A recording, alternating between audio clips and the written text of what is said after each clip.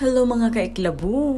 Tara, gawa tayo ng Oreo ice cream. Na-try mo na rin gumawa ng ganito? Naku, kung hindi pa, bagay na bagay nga ngayong summer. Alam mo ba, meron lang tong 4 na ingredients? At promise, super dali lang tong ingredients neto.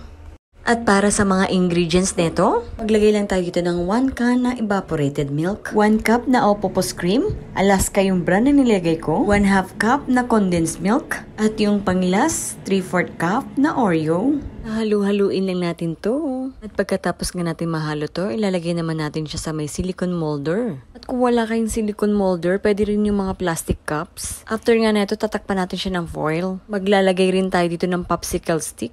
At pagkatapos nga niyan, ilalagay muna natin ito sa freezer ng mga overnight hanggang sa tumigas na yung ating ice cream dyan. After overnight, ganito na magiging itsura ng ating Oreo ice cream. O diba, sabi ko sa inyo, super dali lang talaga na itong recipe na to. At meron ka na kaagad na instant ice cream.